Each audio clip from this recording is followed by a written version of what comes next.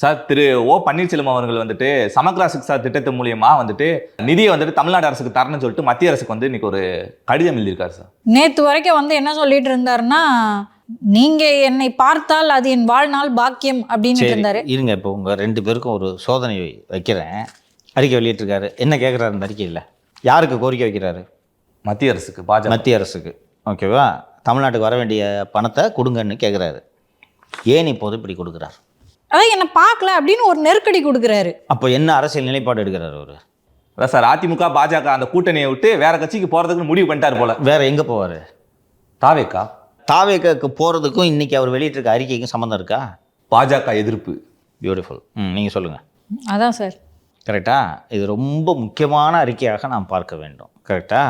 இது வந்து ஒரு நேற்றைக்கு முன்தினமோ மூத்த அரசியல் தலைவர் திரு பண்ருட்டி ராமச்சந்திரன் அவர்கள் பன்னீர்செல்வம் அவர்கள் விஜயோடு கூட்டணி சேர்ந்து போட்டியிட வேண்டும், தேசிய ஜனநாயக கூட்டணியோட ஆட்சியே சரியில்லை என்றெல்லாம் சொன்னார் இல்லையா? ஸோ இந்த statement very very significant. Okay, 2024-25க்கான நிதினா இப்போ நம்ம 25-26 நிதியாண்டில் இருக்கோம். 24-25 நிதியை கொடுக்கலன்றது பன்னீர்செல்வத்துக்கு இன்று தான் தெரியுமா? என்னன்னா எவ்வளவு கெஞ்சினா என் கட்சிக்காரன், கெஞ்சினேன், கதறினேன், காலில் உழுந்து கண்ணீராக விட்டேன், ஒரு 5 நிமிஷம் ஏர்போர்ட்டில் பார்த்துட்டு போகிறேன்னு சொன்னேன். கொடுத்தீங்களா அனுமதி? பாசிச பாஜக ஒழிக. கரெக்டாக நிதிஷ் சொன்னார்.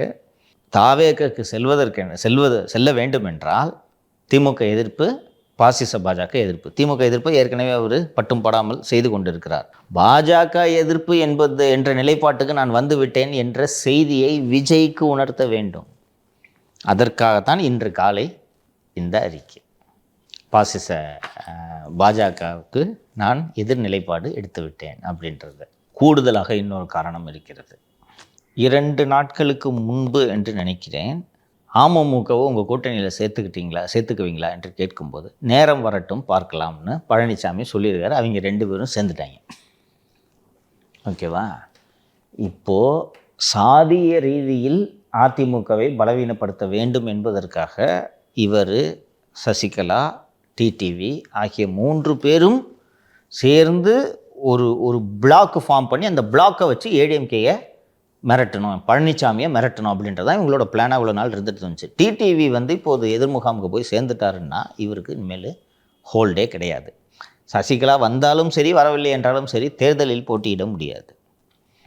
அதன் காரணமாக இது எல்லாம் சேர்ந்து இதுக்கோட கிளைமேக்ஸாக 5 நிமிஷம் கூட அப்பாயின்மெண்ட் கொடுக்கல. ஸோ இப்போ அடுத்த அரசியல் போக்கிடம் இல்லாமல் தம்பி விஜயின் கரத்தை வலுப்படுத்தலாம் என்று போகிறார். சரி, விஜய் சேர்த்து போகிற சார் போனாங்கன்னா தென் மாவட்டங்களில் குறிப்பிட்ட ஒரு சில இடங்களில் நல்ல வாக்கு வங்கி அவருக்கு இருக்குது. இத்தனைக்கும் அந்த சமூக மக்கள் அங்கே நிறையா இருக்கனால சேர்த்துக்க வாய்ப்பு இருக்குல்ல சார்? சரி, இப்படி பிஜேபி காலில் விழுந்து கெஞ்சின ஒரு ஆளை சேர்த்துக்கிறதுனால விஜய்க்கு இது பலவீனம் இல்லையா?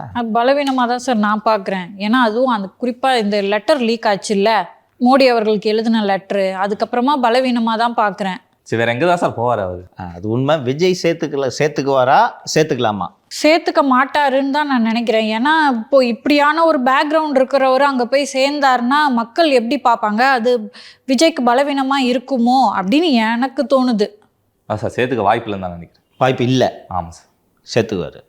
ஏன் சேர்த்துக்குவாருன்னா, அதிகாரத்தில் பங்கு தரேன் வாங்கன்னு 1 வருஷமாக கத்தினுக்கிறாரு. லெட்டர் பேடு கட்சி கூட போல இது வரைக்கும். அந்த குல்லா போட்ட பாயை தவிர யாருமே விஜய் கட்சியை தேடி கூட்டணி என்று இதுவரை செல்லவில்லை. ரைட்டா?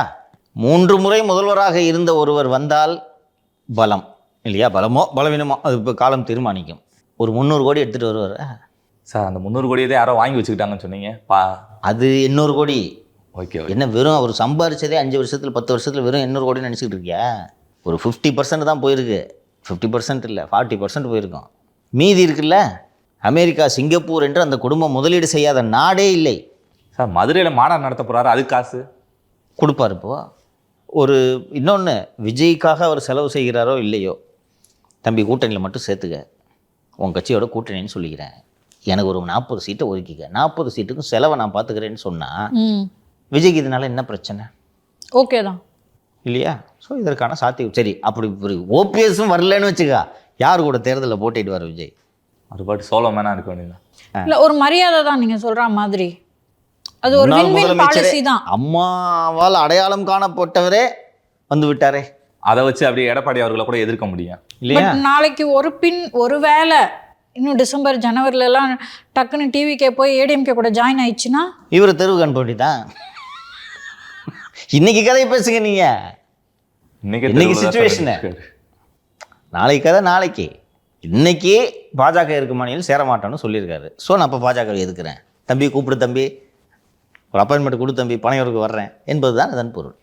ஓவர் நைட்ல இந்த மாதிரி நிலைப்பாடை மாத்திக்கிறாரு.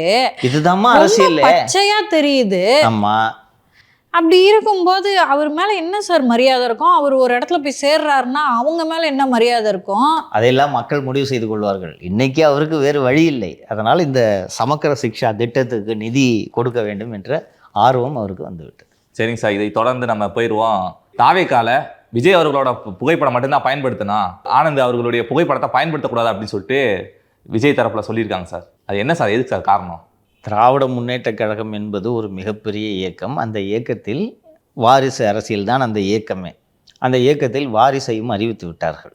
திரு கருணாநிதி அவர்கள் உயிரோடு இருந்த காலகட்டத்தில் பார்த்தீர்கள் என்றால் எல்லா சுவரொட்டிகள் பேனர்களில் அண்ணா பெரியார் படத்தோடு கலைஞர் படம் இருக்கும். ஸ்டாலின் படத்துக்கு மட்டும் அனுமதி என்று அளிக்கப்பட்டு ஸ்டாலின் படம் இடம்பெற்று கொண்டிருந்தது. அந்த திராவிட முன்னேற்ற கழகமே இப்போது ஓரணியில் தமிழகம் உங்களுடன் ஸ்டாலின் என்ற அந்த விளம்பரங்களில் எங்குமே திரு ஸ்டாலின் அவர்களுடைய படத்தை தவிர யார் படமும் இல்லை, உதயநிதி படம் கூட இல்லை. மக்கள் விரும்பும் முதல்வர் வேட்பாளர் விஜய்னு சொல்லிட்டு புஷி படம் பெருசாக இருக்குது, விஜய் படம் பக்கத்தில். யாருக்கு பார்ப்பதில் ஆதரவு? விஜய் வந்து அப்போது புஷி ஆதரவு பெற்ற வேட்பாளர் விஜய் என்று இல்லையாங்க சார், நான் வந்து பார்த்தேன் ரீசெண்டாக ஆட்டோவில் இதே மாதிரி அவரோட புகைப்படத்தை பெருசாக வச்சுருக்காங்கன்னொன்னையுமே புஷி ஆனந்த் அவர்கள் போயிட்டு எப்பா கிளிங்கப்பா அப்படின்னு கிழிச்ச வீடியோலாம் நான் பார்த்தேன். அவரே அதை அனுமதிக்க மாட்டாருன்னு சொல்ல வரேன். சரி, அவ்வளோ நல்ல மனுஷன் சார். அவ்வளோ எஸ் ஏ சந்திரசேகர் புஷி ஆனந்த் பற்றி ஒரு பேட்டி கொடுத்துருக்காரு, பார்த்துருக்கீங்களா? தூங்குற மாதிரி. அவ்வளோதான், புரிஞ்சுங்க தம்பி. இப்போ போய் ஆட்டோவில் ஸ்டிக்கர் கிழிப்பேன், வீடியோ எடுத்து சுத்தல விடுன்று எல்லாம் அரசியல் எல்லாரும் பண்ணுவாங்க. திரு புஷி ஆனந்த் அவர்கள் முதலமைச்சராகும் கனவில் இருக்கிறார் என்று தகவல்கள் கூறுகின்றன. வியப்பாக இருக்கிறதா? எப்படி அவர் எப்படி முதலமைச்சர் ஆக முடியும்? அவரே முதலமைச்சர் ஆசையில தான் விஜய் கட்சி ஆரம்பிச்சிருக்காரு. அவர் கட்சியில இருந்துக்கிட்டு முதலமைச்சர்னா என்ன சார்? பாண்டிச்சேரி முதல்வர் ஆகலாம்ல? புஷி ஆனந்த் எந்த மாநிலத்தை சேர்ந்தவர்? பாண்டிச்சேரி. ஆகலாம் அல்லவா? ஏற்கனவே அங்கே என்ஆர் காங்கிரஸ் பிஜேபி கூட்டணி இருக்கிறது. எந்த நேரம் வேண்டுமானாலும் அது பீத்து கொண்டு போகும். இப்படியாவது பிஜேபியை கழட்டிவிட வேண்டும், பிஜேபியோடு சேர்ந்தால் தெருவுக்கு தான் போகிறோம் என்பதை திரு என்ஆர் காங்கிரஸின் தலைவர் திரு ரங்கசாமி அவர்கள் உணர்ந்து எப்போது பிஜேபியை கழட்டி விடுவது என்று தீவிரமாக இருக்கிறார். அன்றைக்கி விஜய் பிறந்த நாள்னா அந்த விஜய் ரசிகர் மன்றத்தை சேர்ந்தவங்க எல்லாம் கொடி பிடிச்சிக்கிட்டு சாக்லேட் கொடுத்துட்டு இருந்தாங்க. அந்த வழியாக முதல்வரின் கார் செல்கிறது, காரை நிறுத்துப்பான்னு சொல்லி இவர் வாங்கி எல்லாருக்கும் சாக்லேட் கொடுத்துருக்கார் ரங்கசாமி. அதை எதம்பி ஃபோட்டோ எடுத்தியா, போடு போடு என்று சொல்லி விஜய் ரசிகர் மன்ற நிர்வாகிகளோடு சேர்ந்து சாக்லேட் கொடுத்த புதுவை முதல்வர் அப்படின்ன உடனே நம்மளா பார்க்குறவங்க கூட்டணி தான் போல இருக்கு என்று நினைத்து கொள்வோம் என்று இவராக இந்த வேலையெல்லாம் செய்து கொண்டிருக்கிறார். அப்போது எங்களுடைய ஆதரவில் தான் நீங்கள் முதல்வராக போகிறீங்க, அதுக்கு நானே முதல்வராகிட்டா அப்போ நான் என்ன பண்ணுறதுன்னு ரங்கசாமி கேட்பாரு. துணை முதல்வராரு, அது ஒன்றும் தப்பு இல்லையாங்க சார். இப்போ தமிழ்நாட்டு முதலமைச்சர் விஜய், புதுவை பாண்டிச்சேரி முதல்வர் முதலமைச்சர். புஷி ஆனந்த். அதனால இப்போ திரு விஜய் அவர்களுக்கு எந்த சிக்கலும் இல்லை, பின்னடைவும் இல்லையே. ஒன்றும் இல்லை, ஆகிறதுக்கு ஆசைப்படுறாருன்னு சொல்கிறேன். அதனால தான் இங்கேருந்தே கேம்பெயினை லான்ச் பண்ணலான்றதுக்காக தான் புஷி ஆதரவு பெற்ற முதல்வர் வேட்பாளர் விஜய் என்று ஸ்டிக்கரை ஒட்டி கொண்டிருக்கிறார். இதை விஜய் உணர்ந்து விட்டார் என்று நான் நினைக்கிறேன். தெரிஞ்சவன தான் என் படம் மட்டும்தான் இருக்கணும், மூடிட்டும் ஸ்டிக்கரை மாற்று என்று சொல்லிவிட்டார். கூடுதலாக ஒரு தகவலை சொல்கிறேன். அன்று நமது நிகழ்ச்சியில் திரு விஜய் அவர்கள் கதை கேட்க தொடங்கிவிட்டார். தேர்தல் முடிந்தது, மே மாதம் முதல் ஷூட்டிங் என்று சொல்லியிருந்தேன். விஜய் தரப்பிலிருந்து அழைத்து விஜய் கதை கேட்கிறார் என்ற தகவல் தவறானது. தீவிர அரசியலில் இருக்கிறார். இப்போதைக்கு திரைப்படங்களில் நடிக்கும் எண்ணம் திரு விஜய் அவர்களுக்கு இல்லை அப்படின்றத அத்தாரிட்டேட்டிவாக விஜய் தரப்பிலிருந்து தெளிவுபடுத்தினார்கள். அந்த கிளாரிஃபிகேஷனை வச்சுறேன். ஏற்கனவே நமக்கு வந்த தகவல் மே மாதம் எலெக்ஷன் முடிஞ்ச உடனே ஷூட்டுக்கு போயிடுவார், கதை கேட்க ஆரம்பிச்சிட்டார் அப்படின்ட்டு. இல்லை, அதெல்லாம் இல்லை. தீவிர அரசியலில் இருக்கிறார். தீவிர அரசியலில் இருப்பதாகத்தான் இதுவரை, இதுதான் ஜனநாயகன் கடைசி படம் என்ற அவரது முடிவில் இப்போது வரை மாற்றம் இல்லை என்பது தெளிவுபடுத்த சொன்னாங்க. அதனால் தமிழக முதல்வர் வேட்பாளர் விஜய் அவர்களுக்கும் புதுவை முதல்வர் வேட்பாளர் திரு புஷி ஆனந்த் அவர்களுக்கும் வாழ்த்துக்களை தெரிவித்துக் கொள்வோம்.